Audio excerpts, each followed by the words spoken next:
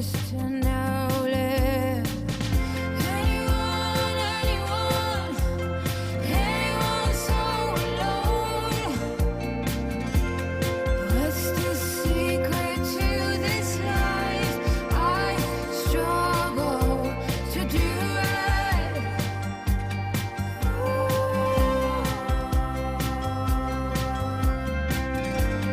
Anyone, lend me a hand.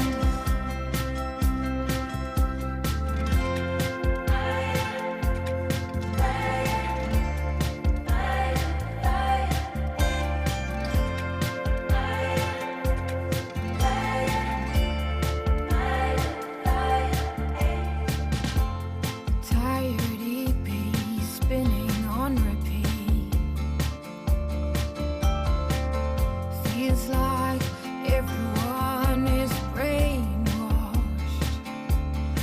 Oh, I would give anything to get some truth.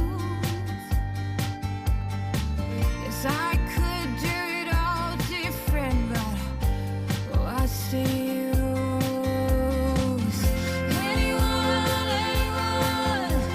Anyone so alone. What's the secret to this life? I struggle to do right.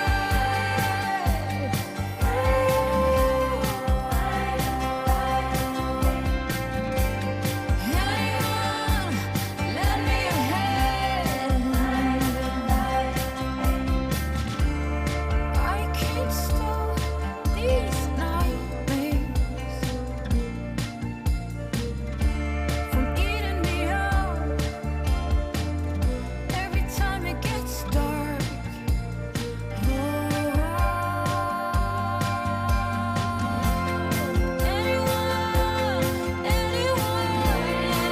so alone. Tell me what's the secret to this life? I struggle to do right.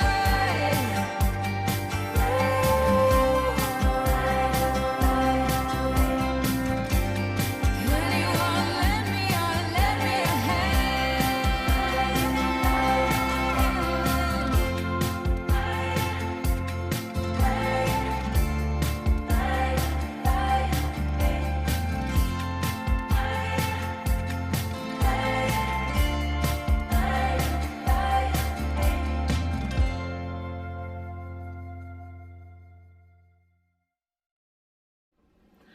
Hey guys, what you have just seen is a lot of cleaning, or not really a lot, but some cleaning. And yes, it was a lot of music, but that was the best way for me to get to doing it. And I decided I would just share that, and then I would talk to you a little bit, and then we're going to do the Bible study. So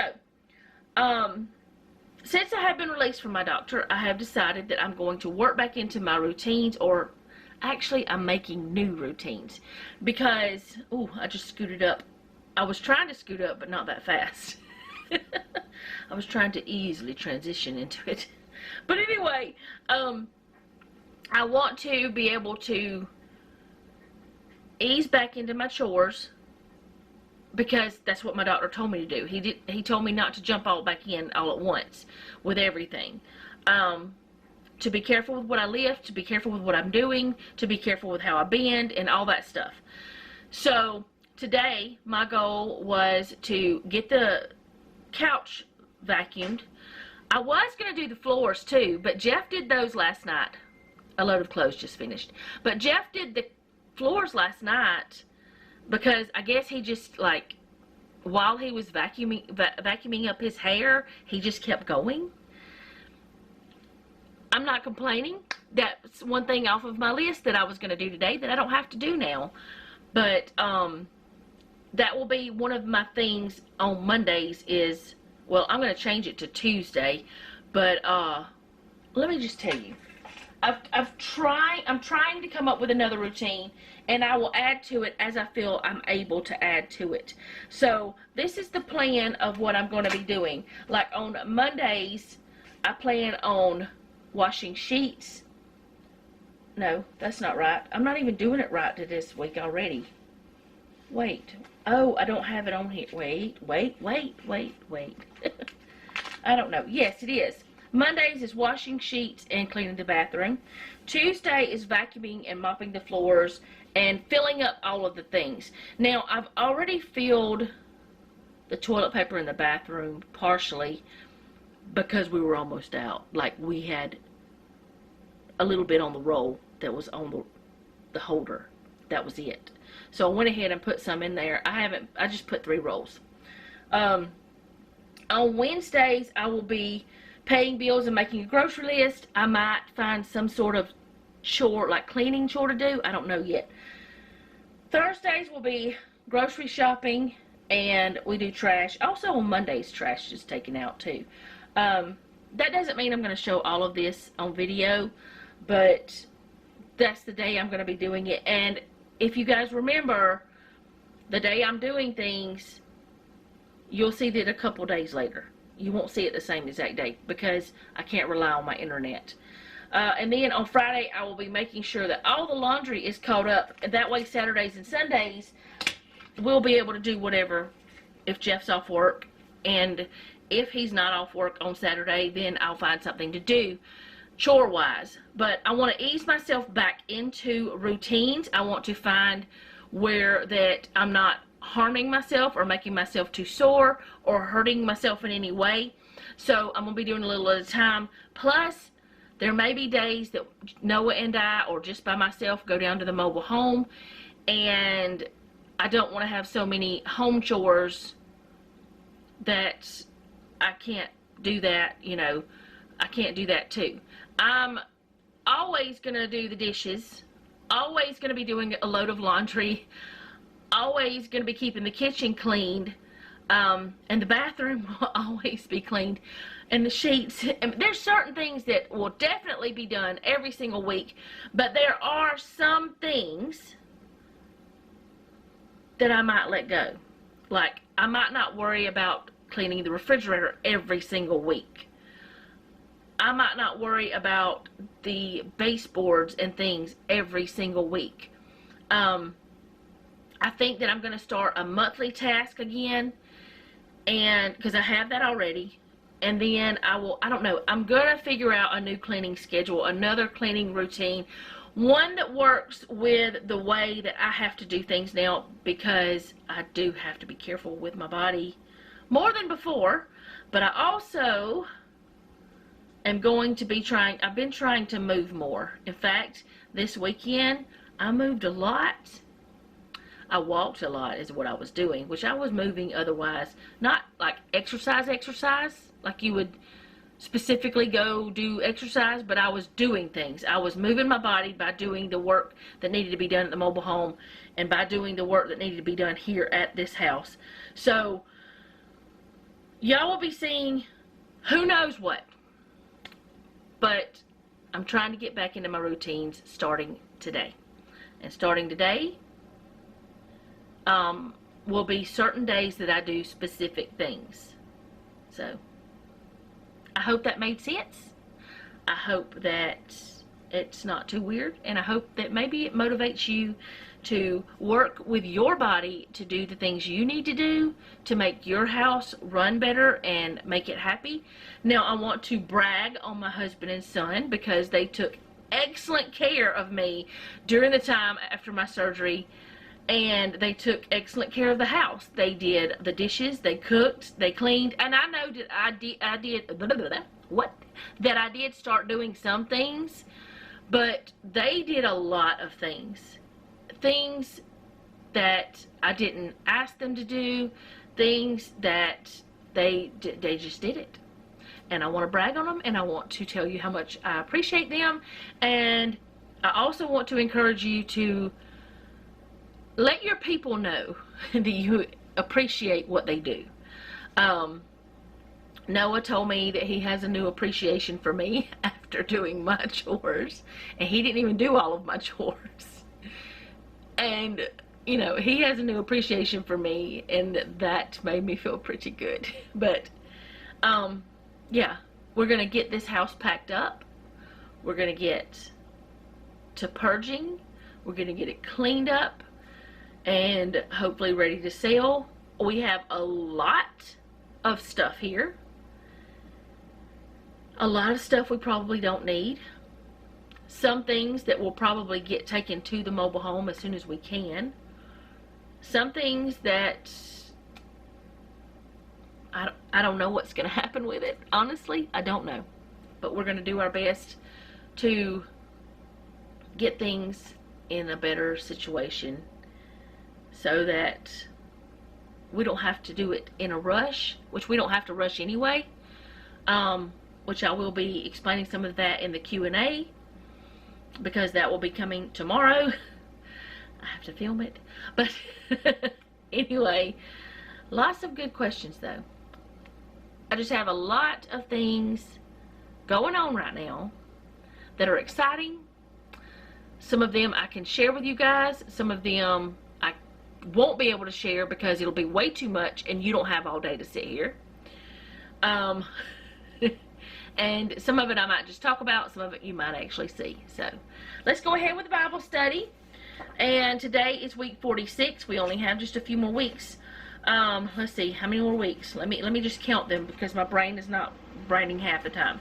46. So counting this week. No, not counting this week. 1, 2, 3, 4, 5, 6. That's what I thought. We have 6 more weeks after this. So all of April and 2 weeks of May. And then we'll be starting something new. And I hope that by the end of April, I have whatever I want to do figured out. Because I haven't gotten it figured out quite yet. I've been thinking about it a lot. I've been praying about it and deciding, trying to decide what do I want to do for each of these. I might just share with you what my devotion was for that day. I might just share with you what a devotion that I read throughout the week, because I read 2 different devotions.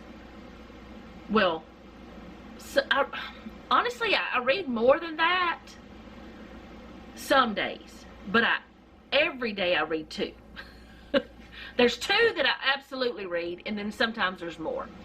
And then my Bible reading and stuff like that, I might just start sharing some of that. I don't know yet, but I know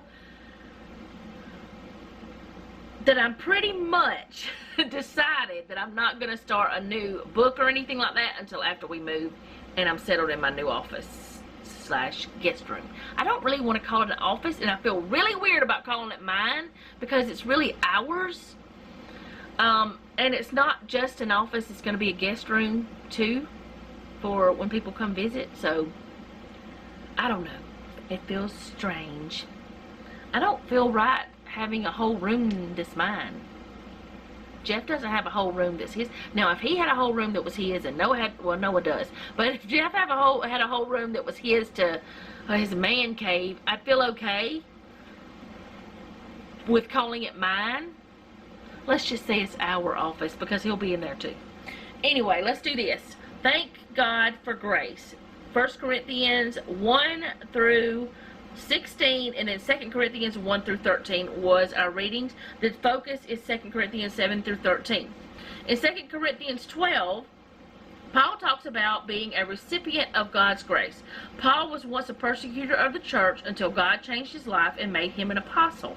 In chapter 11, Paul speaks of the trials he has faced as a preacher of the gospel. He's been put in prison, beaten with 39 stripes, and even stoned at one time. He's been shipwrecked 3 times and left for dead at sea. But even though he's gone through all of those trials, they're nothing compared to his present crisis. I mean, that's a lot of things to go through for one man. This crisis is clearly a serious one, but he doesn't actually mention what it was. We don't know. Maybe it's something that would cause him an embarrassment or humiliation. Maybe it's something that would have ruined his reputation in the church.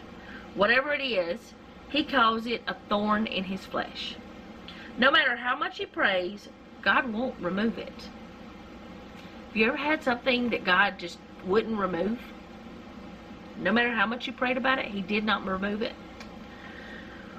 What is that thing that's really bothering you that won't go away and that God won't take away? You don't have to actually answer that question To me, you can answer it to yourself, though. Maybe think about it. What is it? Maybe don't think about it. Maybe don't dwell on it, because maybe it can harm you. I don't know. Anyway, what is the thing you've been praying about that God won't seem to release you from? What is that thing that makes you cry? You can't seem to understand why you still have to deal with it. What is your thorn? For some, problems with your children are your thorn. For others, it's your job.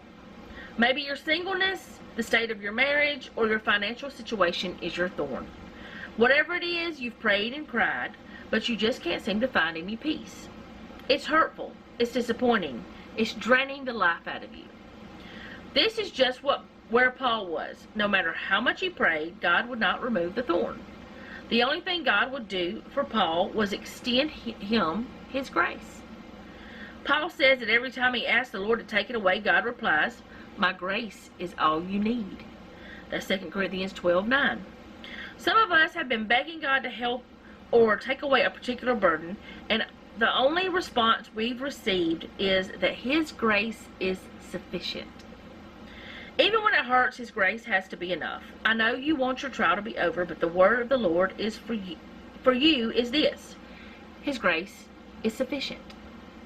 Because of God's grace, you'll find yourself feeling strengthened when you probably should be falling apart. You'll find yourself laughing at what used to make you cry. If, because of God's grace, you still have a roof over your head, food on the table, and many other blessings that He loads with you daily, thank God for His grace. So, there's been lots of times in my life where I'm like, why do I have to go through this? Why are we going through this again? Why is this happening? And as I have said so many times, it's just the way you see things. It's a change in your perspective. And I feel, this is my feelings, this is not in the Bible, this is not anything that I'm saying you should feel, but I feel that God was saying to Paul, change your perspective. Stop looking at that thorn and look at me. Not me personally, but God. That's what God was saying. Stop looking at the thing and look at me. Keep your eyes on me. And God was telling him, my grace is all you need. You don't need anything else. It's okay that thorn is there. I'm here too. I'm here to take care of you. I'm here to help you when that thorn pokes you. I'm here to make sure you have everything else you need. I'm here loving you, taking care of you, and being what you need. So stop looking at the problem and look at the solution. Because God is our solution for everything. And I'm not saying that that thing is going to be fixed immediately, but your perspective will change. You'll see, yes, I have this issue that I'm dealing with. Yes, it is harming me. But the more you stay in the Word, the more you read your Bible, the more you pray, the less that thing will hurt. It may not ever go away. It may always be a pain, but it will not hurt as much. I'm saying this from my own experience. And I always give y'all, or I try to give y'all, some kind of something that happened in my life. And the most recent thing that has happened in my life that has been a thorn is our mobile home. I know I don't talk about it much, like the tough stuff. I don't tell you how much it actually affects me emotionally, how much it has made me want to just throw in the towel. It makes me want to scream. It makes me want to sell everything and just forget it and stay right where I'm at. Because it seems like every time we get something fixed, we find another problem. Every time, like you just saw, we found out about the pipes. They're all messed up. All the water lines are bad. We got all the things to fix it. God provided a way for us to pay for it without messing with our savings, without going into debt. God takes care of us. And then we find out the whole entire lower part, which we knew one part of, though thankfully that thing went off. It'll probably come back on because Alabama. But we found out, okay, we knew one part of the cabinets in the kitchen were going to have to be replaced. We were good with that. We had figured it out. We knew how to take care of it. We even probably have all the material from other projects to be able to fix that, or most of the material. And then this weekend, we find out the whole other side needs to be replaced. And I'm like, why? Why another thing? Why is there something else broken? And I talked to Jeff about it this weekend, and I was like, you know, this is really getting to me, because every few weeks we find something else wrong. But I sat there and I thought about it, and I thought, well, God's done everything else to take care of us. God's seen us through all the rest of it. We've been okay all the rest of the time. We've found a way. Yes, it's more work. Yes, it's going to take more time. But you know what? Look at the bright side. At least I'll have it exactly like I want. Right? That's the way I had to look at it. I had to change my perspective. I had to stop looking at the problem, and I had to look at the solution. The solution was tear it out, put a new one in, and go on about your day. Now, we have not put the new one in, but we are still going on about our day for now. But God reminded me, all the rest of the stuff I've taken care of. All the rest of the stuff, honestly, I will tell you, we probably looked 3 or 4 years for land or a home somewhere else other than here, because we wanted to move back to the country. And we've looked, whew, squirrel just scared me. We've looked at different places near Jeff's job. And every time we looked at anything, it was like, this is not it, this is not it, this is not it. Until we found the place we purchased. Then it all felt right, because that's where God wanted us, I think. That's what Jeff thinks too. We both feel that way. We feel like that's where God was directing us. And whenever we bought the mobile home, it felt like the right thing to do. Yes, it had problems. We knew it was going to have problems. We did not know it was going to have as many problems as it has had. That's proper English. But we knew it was going to have problems. Have I got a little bit, why? Yeah. Have I got depressed? No. Have I let it keep me down for longer than just a few minutes? Yeah. It had me for a few hours the other day. It did. But that next morning, I was fine. Like that night, actually, before I went to bed, I was fine.